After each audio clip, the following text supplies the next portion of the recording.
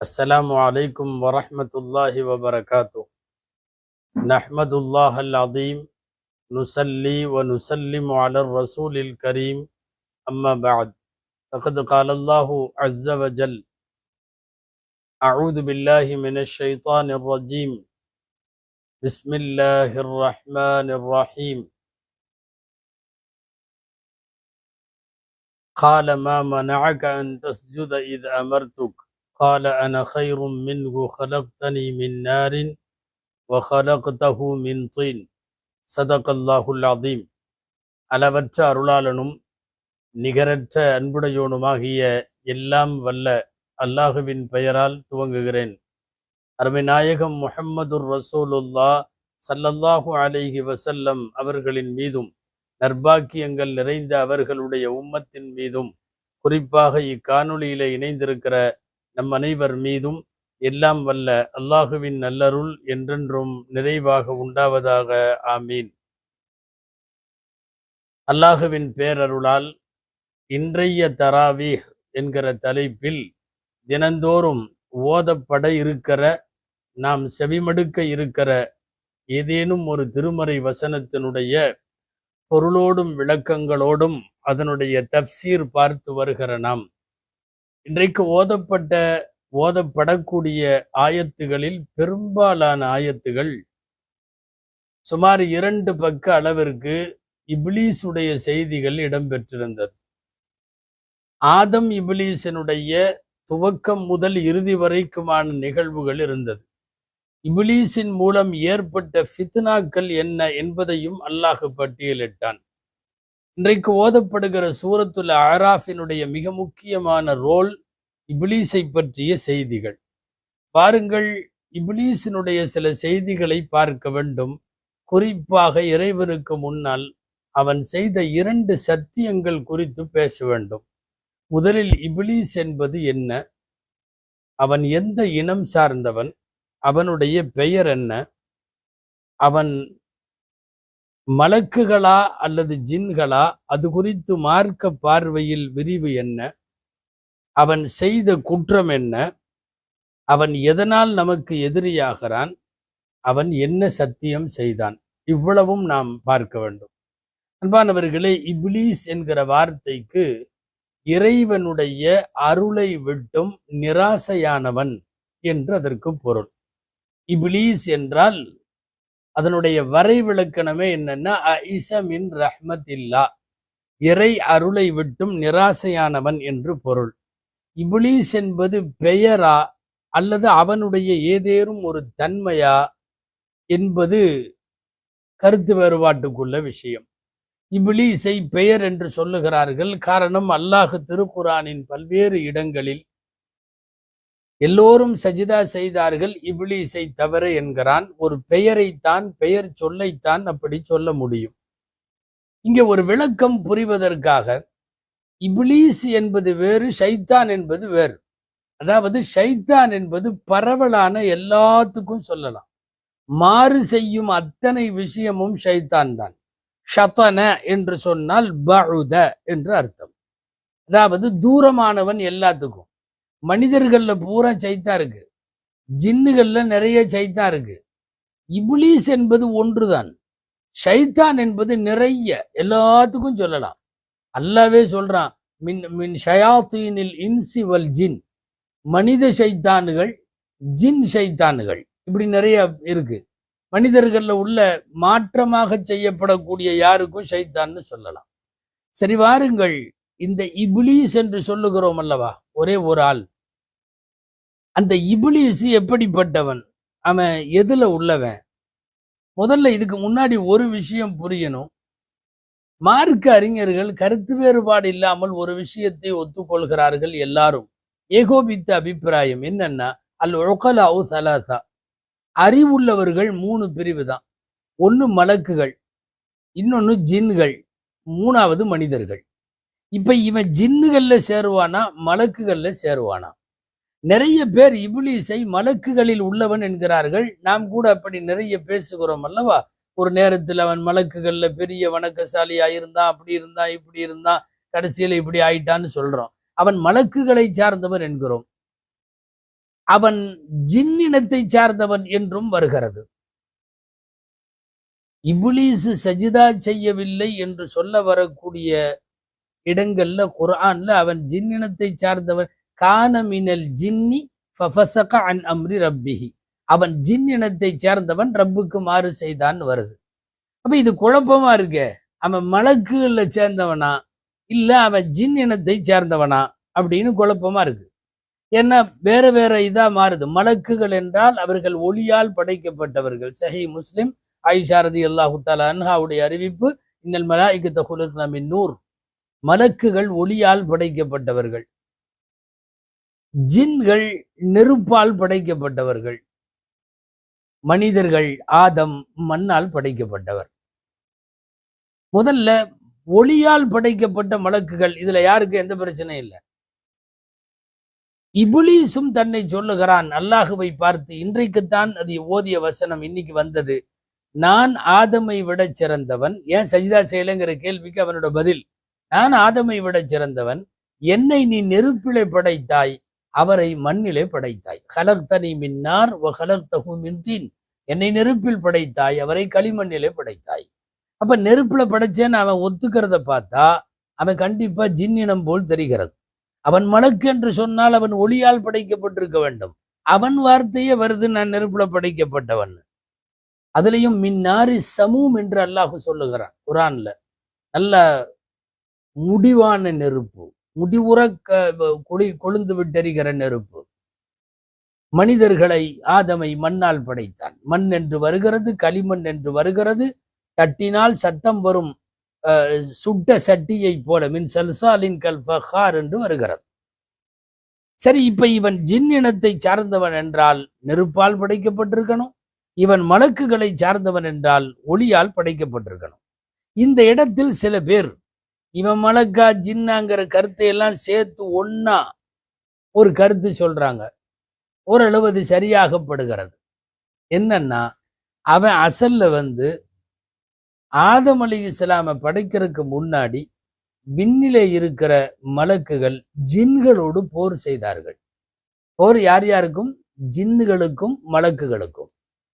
அப்ப மலக்குகள் வெற்றி பெற்று ஜின்களை சிறை பிடித்தார்கள்.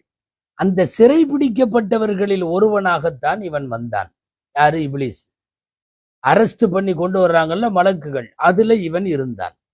அப்புறம் சிறை கைதியாக வந்தவன் கொஞ்சம் கொஞ்சமா மலக்குகளை நெருங்க ஆரம்பித்தான். மலக்குகளிடம் எல்லாம் தெரிய ஆரம்பித்தான். இறைவனுக்கும் நெருங்கினான். எந்த அளவுக்கு ஆயிருச்சுன்னா, கடைசியில் அவன் ஜின்னிலிருந்து ஜெயில், அதாவது சிறை பிடிக்கப்பட்டு வந்தவன்கிறத தாண்டி ஹத்தா கஅன்னஹு வாஹிதும் மின்ஹும், மலக்குகள்ல ஒருத்தனாவே போயிட்டான். எனவே ஒருத்தனாவே ஆகிற அளவுக்கு ஆயிட்டான். எனவே அவனை சில பேர் மலக்குங்கிறாங்க, சில பேர் அவனை ஜின்னுங்கிறாங்க என்கிற கருத்து பல பேரிடத்தில் ஏற்புடையது. அடுத்த விஷயம், அவன் செய்த குற்றம், பெரிய குற்றம் இரண்டு. இப்லீஸ் செய்த குற்றம், ஒன்னு அல் ஹசத் அலா ஆதம், இன்னொன்னு அல் கிப்ரு லி ரப்பி. ஆதமுக்கு முன்னால் பொறாமை கொண்டது ஒண்ணு, ரப்புக்கு முன்னால் பெருமை அடித்தது ஒண்ணு. அதனால் தான் மார்க்கறிஞர்கள் சொல்லுவார்கள், இந்த உலகத்தில் முதலாக ஏற்பட்ட பாவம், பெரும் பாவம் ரெண்டு தான். ஒன்னு பொறாமை, இன்னொன்னு பெருமை. இந்த ரெண்டும் ஆகவே ஆகாது. பூமியின் முதல் குற்றம் இந்த ரெண்டும். இப்லீஸின் மன்னிக்க முடியாமல் போகிற அளவுக்கு அவனுக்கு வியாபித்து விட்டது இந்த ரெண்டும். ஹசத் ஒன்று, கிபிர் ஒன்று. இதுல கிபிர்ல பெருமைன்னு சொல்றோம்ல, அதுல ரெண்டு வார்த்தை இருக்கு அரபியில. ஒரு வார்த்தை தகப்புர்னு பேர். ஒருத்தன்ட்ட உள்ள திறமைய வச்சு ஒருத்தன் அதை பெருமை அடிக்கிறான்னா அதுக்கு பேரு தகப்புர். இன்னொன்னு இஸ்திக்பார், அவன்கிட்ட தகுதியே இல்லை, இல்லாததை வச்சுட்டு பெருமை அடிக்கிறது. அதாவது இருக்கிறத வச்சுட்டு பெருமை அடிக்கிறது.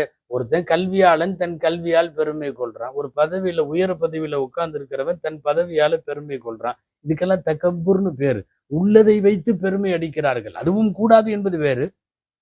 இல்லாததை வச்சு பெருமை அடிக்கிறது, அதுக்கு பேர் இஸ்திக்பார். குர்ஆன்ல நிறைய இடத்துல இப்லீஸை பத்தி அல்லாஹ் சொல்றப்போ தகப்புர்னு சொல்லல, அவன் இஸ்திக்பார்னு சொல்றான். அவன் இல்லாததை வைத்து பெருமை அடித்தான். அபா வஸ்தக்பர் வ கான மினல் காஃபிரின்.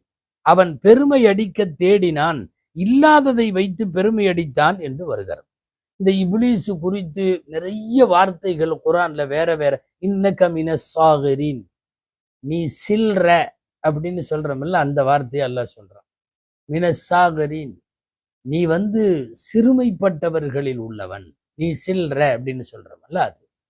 இன்னொன்னு ரஜீம், நீ விரட்டப்பட்டவன் என்று அல்லாஹ் சொல்லுகிறான். மரீது, கொஞ்சம் கூட ஒருத்தன்ட்ட நன்மையே இல்லைன்னா அவனுக்கு பேர் மரீதுன்னு பேர். முகத்துல ஒரு முடி கூட இல்லைன்னா அம்ரதுன்னு சொல்லுவாங்க. அந்த மரீத் என்கிற வார்த்தை அறவே நன்மை இல்லாதவன் அப்படிங்கிறதுக்கு அர்த்தம். இதுக்கெல்லாம் மேல நம்மை பார்த்து அல்லாஹ் சொல்லுகிறான் ஒரு வார்த்தை, அவன் அதுவும் முபீன், அவன் பகிரங்கமான விரோதி. விரோதினா விரோதத்துல நிறைய இருக்கு. இவன் நிரந்தர விரோதி. நாமளும் இன்னொருத்தரும் சண்டை போட்டுக்கிட்டோம். என்ன விஷயத்துல? ஒரு இட விஷயத்துல. அந்த இடம் எனக்கு சொந்தங்கிற நானு, அவர் எனக்கு சொந்தங்கிறாரு. எங்க ரெண்டு பேர்த்துக்கு இடையில இந்த பகை எது வரைக்கும் இருக்குன்னு தெரியுமா? அந்த இடம் பஞ்சாயத்து ஆகிற வரையும், அல்லது விற்கிற வரையும், அல்லது ஏதாவது ஒரு முடிவு வர்ற வரையும், கோர்ட்டு தீர்ப்பு வர்ற வரையும். அதுக்கப்புறம் விரோதம் முடிஞ்சு போயிடும். யாராவது ஒருத்தர் அவங்க வீட்டுக்கு போறதில்லை, வர்றதில்லை, என்னன்னா ஏதோ ஒரு விரோதம் கொஞ்ச காலத்துக்கு முடிஞ்சு போயிடும். நிரந்தரமாக இந்த உலகம் உள்ள வரைக்கும் விரோதம் என்பது இப்லீஸுடைய விரோதம். காரணம் என்ன? இந்த விரோதம் மறுமை வரை நீடிக்கும். அதைத்தான் அல்லாஹ் அதுவும் முபீன்கிறான். மறுமையில எந்திரிச்சு ஒரு ஹத்தீபு மாதிரி, பேச்சாளர் மாதிரி நின்றுட்டு தன்னால் வழிகெடுக்கப்பட்ட மக்களுக்கு முன்னாலே அவன் உரையாற்றுவான். அந்த உரை குர்ஆன்ல இருக்கு. என்ன தெரியுமா? இன்னல்லாஹ வஅதுக்கும் வஅதல் ஹக்கி வ வஅதுக்கும், அல்லாவும் உண்மையான வாக்குறுதி கொடுத்தான், நானும் உங்களுக்கு வாக்குறுதி கொடுத்தேன். நீங்க அல்லாஹ் கொடுத்த வாக்குறுதியை விட்டுட்டு என்னை ஃபாலோ பண்ணீங்க. அது நீங்க செஞ்ச தப்பு, நான் செஞ்ச தப்பு இல்லை. நான் உங்களை கூப்பிட்டா நீ ஏன் வந்த முதல்ல? அதனால என்னை திட்டுறதுக்கு முன்னாடி நீ உன்னை திட்டிக்கோ. நான் இப்போ உங்களுக்கு உதவ முடியாது.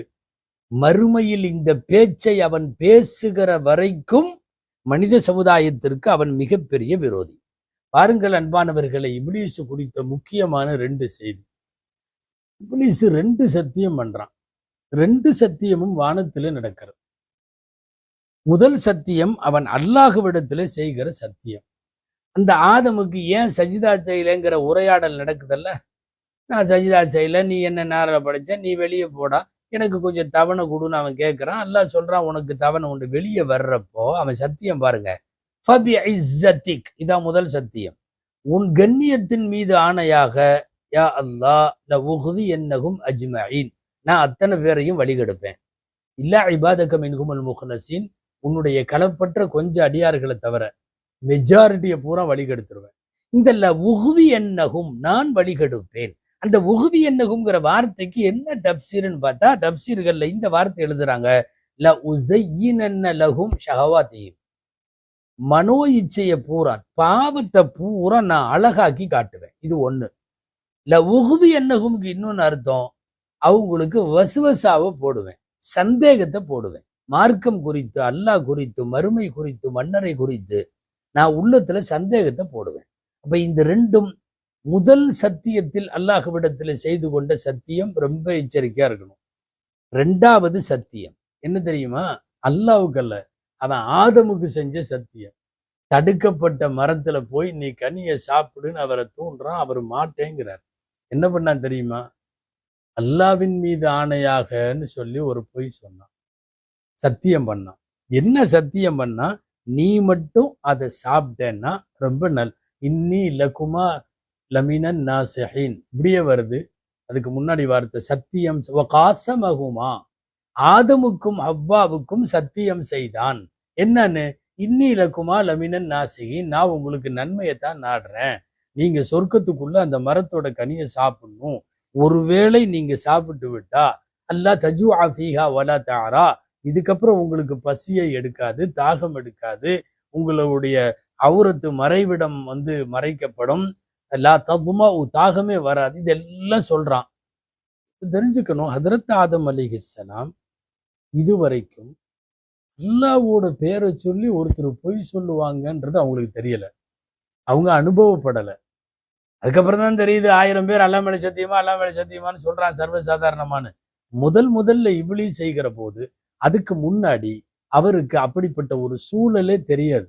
அல்லாஹ்வுடைய பெயரை சொல்லி கூட சத்தியம் பண்ணுவாங்களா? நம்பி விட்டார்கள். இப்ப இது 2வது சத்தியம், இவன் ஆதமுக்கு செஞ்ச சத்தியம். அன்பானவர்களே, முடிவுக்கு வருவோம். மனிதனுடைய இரத்த நாளமெல்லாம் அவன் ஓடுகிறான், அவன் இருக்கிறான் என்கிறார்கள் நபி ஸல்லல்லாஹு அலைஹி வஸல்லம். நம்மளை ஈஸியா ஏமாத்திடுவான். என்ன காரணம் தெரியுமா? நாம அவனை பார்க்க முடியறது இல்ல, அவன் நம்மளை பார்க்கறான். இன்னஹு யராக்கும் ஹுவ வ கபீலுஹு மின் ஹைது லா தரவுனஹு. அவனும் அவன் கோத்திரமெல்லாம் உங்களை பார்க்கிறது, கெடுக்கிற எல்லாம் பார்க்கிறார்கள், நாம அவங்கள பார்க்கறது இல்லை. கடைசியாய் ஒரே ஒரு செய்தி. இப்லீஸை பற்றி இன்றைக்கு ஓதப்பட்ட சுமார் 2 பக்க அளவில் நீண்ட நெடிய வசனங்கள் இன்றைக்கு ஓதப்படுகிறது. அதுல கடைசியா ஒரு முக்கியமான விஷயம் என்ன தெரியுமா? அல்லாஹ் நம்மை கூப்பிட்டு சொல்லுகிறான், ஆதமுடைய மக்களே, லா யஃப்தினன்னக்கும், அவன் உங்களை கெடுத்துற வேண்டாம், உங்களை ஃபித்னாவில் ஆழ்த்தி விட வேண்டாம். என்ன? கமா அஹ்ரஜ அபவைக்கும் மினல் ஜன்னதி, சொர்க்கத்திலிருந்து அம்மா அத்தாவை வெளியே கொண்டு வந்தது அவன்தான், பெற்றோரை. என்சிஉ அன்ஹுமா லிபாசகுமா, ஆடைகளை உறிஞ்சது அவன்தான். யுரியகுமா மின் சௌஆத்திஹிமா, மறைவிடம் தெரிவதற்காக. சொல்லிட்டு அல்லாஹ் என்ன சொல்ல வர்றான் தெரியுமா? இந்த மண்ணில் இப்லீஸ் செஞ்ச முதல் வேலையை என்ன தெரியுமா? ட்ரெஸ்ஸை கழட்டுறது தான், ட்ரெஸ்ஸை குறைக்கிறது தான், ட்ரெஸ்ஸை ஆபாசப்படுத்துறது தான். நன்கு தெரிந்து கொள்ள வேண்டும், ஆடை குறைப்பு எங்கெல்லாம் நடக்கிறதோ அங்கே இப்லீஸ் சத்தியத்திலே ஜெயிக்கிறான் என்று பொருள்.